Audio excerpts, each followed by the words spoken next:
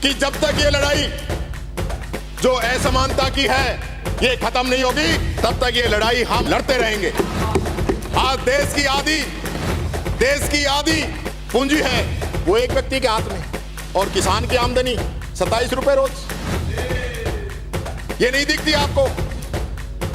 और जिस व्यक्ति ने ये कहा, माननीय सभापति महोदय, कि मैं देश नहीं बिकने दूंगा, ये बात कही लाल किले की प्राचीर से, और सबसे पहले वो लाल किला ही प्राइवेट लोगों के हाथ में दे दिया। आज रेल आपने बेच दी, LIC आपने बेच दी, भेल इंडिया, गेल इंडिया आपने बेच दी, एयरपोर्ट, बंदरगाह सारे आप लोगों ने बेच दिए, BSNL आपने बेच दी। आप अभी एक साथी कह रहे थे आरक्षण मांग लो, आरक्षण की जरूरत ही कहां रहेगी? नौकरियां सब प्राइवेट में चलेगी, सरकारी कुछ बचेगा नहीं, दूर जाने की जरूरत नहीं है। जयपुर एयरपोर्ट पे चले जाओ, पहले 500 लोग थे अपने CISF के, अब 500 के 250 कर दिए, और 250 में भी अब उनको हटा के प्राइवेट लोग आ जाएंगे, उन लोगों की छुट्टी कर दी है जो सरकारी लोग थे। सरकार का काम पैसे कमाने का नहीं होता है। सरकार का काम प्रदेश की जनता को उनकी जो जरूरतें हैं, चाहे वो शिक्षा हो, चाहे चिकित्सा हो, चाहे उनकी रोटी कपड़ा और मकान की बात हो, इन सारी चीजों के काम है वो सरकार के हैं। ये प्रॉफिट लाने के लिए नहीं है। हम रेलवे को इसलिए नहीं चला सकते कि हम इससे प्रॉफिट कमाएंगे। रेलवे लोगों को सुविधा देने के लिए, रोडवेज लोगों को सुविधा देने के लिए। आप इन गरीब लोगों से प्लेटफॉर्म की टिकट मांग रहे हो, किराया आप बढ़ाते जा रहे हो। आपने दूध, छाछ, दही, नमक, कफन सब पे टैक्स लगा दिया। हिंदू की बात करते हैं, अगरबत्ती पे भी टैक्स लगा दिया। माननीय सभापति महोदय, ये हालात इन लोगों के।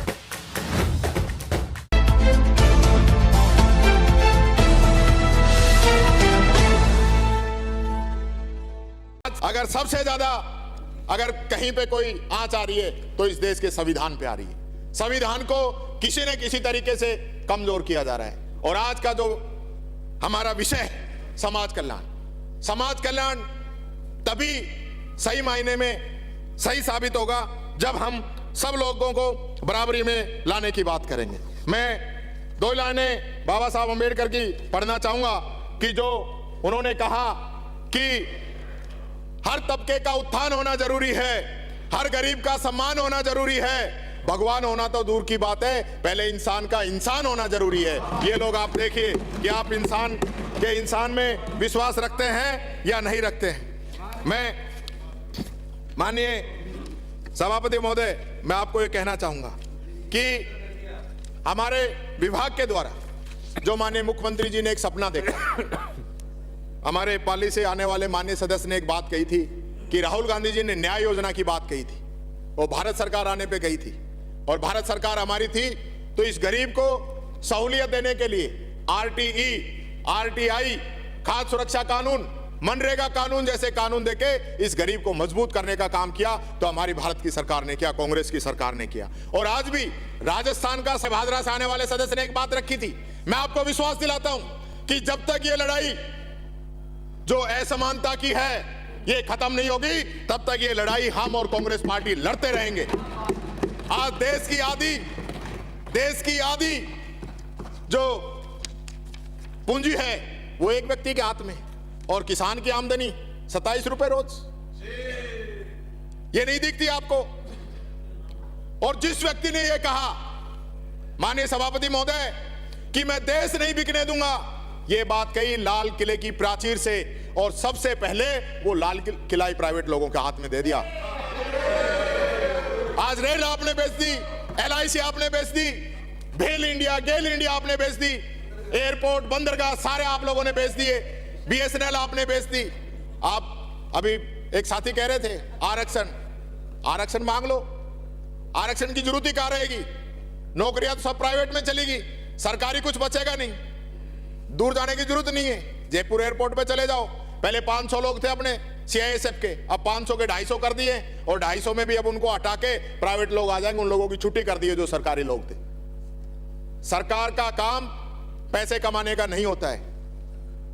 सरकार का काम प्रदेश की जनता को उनकी जो जरूरतें हैं, चाहे वो शिक्षा हो, चाहे चिकित्सा हो, चाहे उनकी रोटी कपड़ा और मकान की बात हो, इन सारी चीजों के काम है वो सरकार के हैं। ये प्रॉफिट लाने के लिए नहीं है। हम रेलवे को इसलिए नहीं चला सकते कि हम इससे प्रॉफिट कमाएंगे। रेलवे लोगों को सुविधा देने के लिए है, रोडवेज लोगों को सुविधा देने के लिए।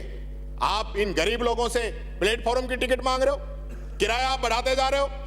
आपने दूध, छाछ, दही, नमक, कफन सब पे टैक्स लगा दिया। हिंदू की बात करते हैं, अगरबत्ती पे भी टैक्स लगा दिया। माननीय सभापति महोदय, ये हालात इन लोगों की।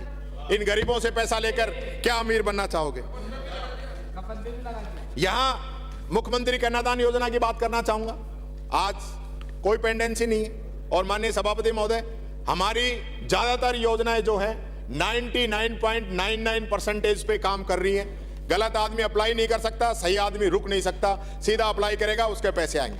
और 6 महीने की छूट हमने पहले दे रखी थी। 6 महीने के अलावा भी कोई आता है तो उसका फॉर्म स्वीकार करते हैं। एक कोई ना कोई तो हमें गाइडलाइन तय करनी पड़ेगी ना, कब तक कोई अप्लाई कर सकता है। अब शादी आज कर ली, 6 महीने तक भी फॉर्म नहीं लगाए तो उसकी गलती है, लेकिन फिर भी उसके बाद भी अगर कोई आता है माननीय सभापति महोदय, तो हम उनको छूट देते हैं और उनका फॉर्म एक्सेप्ट करते हैं। आपने कहा कोई फार्म आपके नवजीवन योजना के, नवजीवन योजना का सबसे अच्छा काम चल रहा है तो कहीं पाली में चल रहा है, सबसे अच्छा काम चल रहा है। बच्चों को हम वहां पे एडमिशन भी है, बच्चों को वहां ट्रेनिंग भी हम दे रहे हैं और बच्चों का बहुत अच्छा वहां पे पाली के अंदर जो हॉस्टल है, मैंने खुद वहां अधिकारी से बात की है। और आप आगे भी कोई बताएंगे कोई कमी रहेगी तो उसको भी हम पूरा करेंगे। यानी मैं आज फिर कहना चाहूंगा, जिन जिन माननीय सदस्यों ने यहाँ पे अपनी बात रखी है हमारे हॉस्टल्स के लिए, कुछ आप करो, कुछ मैं करता हूँ। 30% आप दो, 70% मैं देता हूं। ले कितने पैसे चाहिए आपको हॉस्टलों को, कराओ मरम्मत। आप आगे तो आओ, अरे कुछ तो खुद भी करो। ये एससी के वोट और ये परसेंटेज 5 में आप हमें ढूंढ रहे हो। माननीय उपनेता प्रतिपक्ष, कुछ हमारी तरफ भी देख लो। इस समाज के जो बेचारे गरीब लोग हैं, जो सदियों से प्रताड़ित रहे, परेशान रहे, आज वृद्ध कल्याण योजना हमारी चल रही है, हमारे शक्ति सदन हमारे चल रहे हैं, नवजीवन योजना हमारी चल रही है। और कोई भी ऐसी स्कीम जिनका आमजन को लाभ मिलता हो, कोई ऐसा वर्ग हमने नहीं छोड़ा है माननीय सभापति महोदय कि जिनका लाभ हम नहीं दे रहे हूं उस वंचित तबके को। हमने एट्रोसिटी के जो मामले, आप बहुत बड़ी बड़ी बात करते हो, आप तो कहते हैं कि एट्रोसिटी सबसे ज्यादा राजस्थान में ही हो रही। आपने एट्रोसिटी होने पर राजस्थान को जो पीड़ित परिवार है उसको जो लाभ मिलता है वो पैसे दिए आपने? 4 साल 5 साल आपकी सरकार रही, आपने कभी सोचा उनको भुगतान कैसे हो? वो पीड़ित परिवार बेचारा चक्कर काटता रहता था। आज उसको माननीय सभापति महोदय, उस परिवार को भी हमने डायरेक्ट थाने की एफआईआर से जोड़ा है। एफआईआर होते ही सीधी एप्लीकेशन कलेक्टर के पास आती है और वहां से यस होते ही वो पैसे का हम भुगतान कर रहे हैं। उसमें भारत सरकार का भी इसमें हिस्सा है। भारत सरकार नहीं देती है और हमें कहती है कि आप ही दो, हम पुनर्भरण करेंगे। और आप लोगों को अगर थोड़ी सी भी इस राजस्थान की जनता की चिंता है तो एक बात मैं कहना चाह रहा हूं, इस भरे सदन में कहना चाह रहा हूं, माननीय सभापति महोदय, मेरी एक एक बात सही है। जो आज पेंशन हम दे रहे हैं लोगों को, जो पेंशन शुरू हुई थी तब उसका नाम इंदिरा गांधी पेंशन योजना था और भारत सरकार उसके अंदर मदद करती थी। आज उस पेंशन के अंदर 94 लाख के लगभग जो परिवार हैं उनमें मात्र 4% पैसा भारत सरकार देती है, 4%, और वो भी पुनर्भरण करवाती है। 100% पैसा हम देते हैं, 4% वापस देते हैं। 367 करोड़ रुपए मात्र देते हैं। कैपिंग है। जो व्यक्ति नियम में आ रहा है उसके बावजूद भी वो पेंशन का पात्र नहीं है। 367 करोड़ रुपए और 11,000 कुछ संख्या इन्होंने फिक्स कर दी। किससे ज्यादा को हम पेंशन नहीं देंगे? क्यों नहीं देंगे भाई? ये अजीब दादागिरी है। जो उसके अंदर पात्र है, पात्र को भी आप लोग रोक रहे हैं, जिसके लिए हमने कई बार आपसे पत्राचार किया, लेकिन आपके द्वारा कभी हमें इस चीज का दिल्ली से कोई जवाब नहीं है। अगर आप चाहते हैं गरीब हर वंचित इंसान की आवाज आप तक पहुंचे तो हमारे चैनल को सब्सक्राइब करें और बेल आइकन का बटन दबाना ना भूलें। देखते रहिए बहुजन न्यूज।